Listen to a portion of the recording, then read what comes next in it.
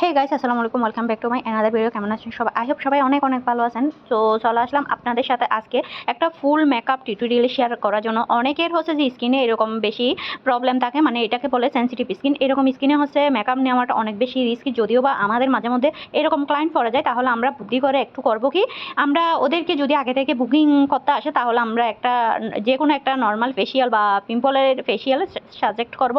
যদি বা ওনারা নিতে না চায় তাহলে ওনাদের জন্য এই বিষয়টা ভালো হবে না। আর যদি আমাদের হঠাৎ করে কোনো ক্লায়েন্ট এসে আমাদের থেকে মেকআপ নিতে চাই, সেক্ষেত্রে আমরা করবো কি, আমরা হচ্ছে ভালো করে ফার্স্টে স্কিন প্রিপেয়ার করে নিব।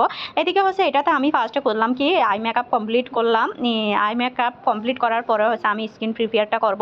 এটা একটা শাড়ি ছিল, সবুজ কালারের শাড়ি, ওইভাবে আমি আই লুকটা করতেছি। যদিও বা সবুজের মানে গ্রিন আর গোল্ডেন কালারের সাথে কম্বিনেশন ওই টাইপসের একটা আই লুক করতেছি। আই লুকটা ভিডিওতে দেখতে কীরকম লাগতেছে জানি না, আমার সরাসরি দেখতে অনেক বেশি ভালো লাগতেছে।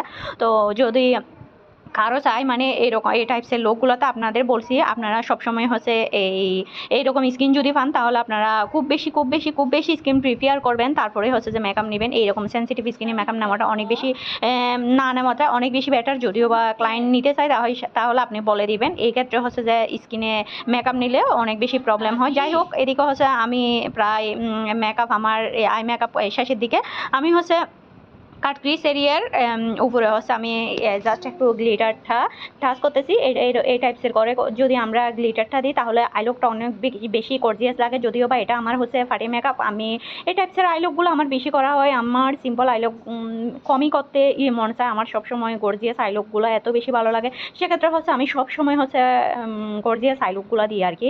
আচ্ছা, জানি না আমি এখানে কেমন বোঝা যাচ্ছে ভিডিওতে, আমার বাস্তবে দেখতে অনেক বেশি ভালো লাগতেছে। যদিও বা এটা আমার অনেক আগে থেকে ভিডিও ছিল, লাস্টে যখন কমপ্লিট করে এটা আমার ক্লায়েন্ট অনেক বেশি পছন্দ করছে আর কি।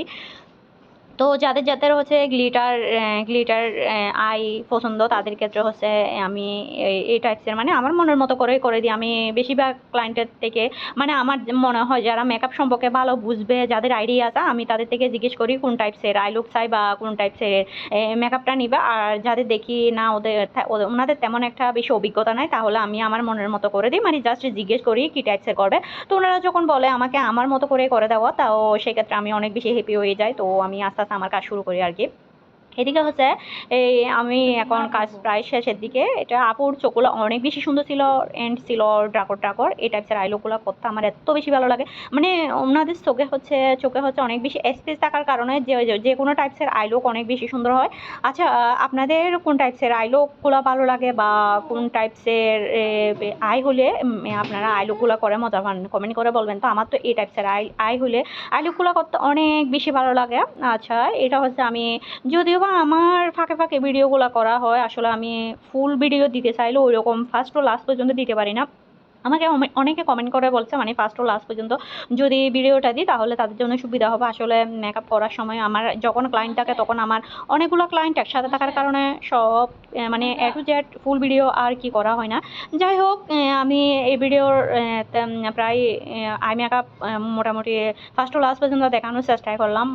সব কিছু দেখাতে চাইলে আসলে পসিবল হচ্ছে না। যদিও বা একটা স্টেপ ওইভাবে আমি ভিডিওগুলো দিতেছি, মানে একটা ব্লগ টাইপসের করে সবগুলো একসাথে ওইভাবে দেওয়া হচ্ছে না কি।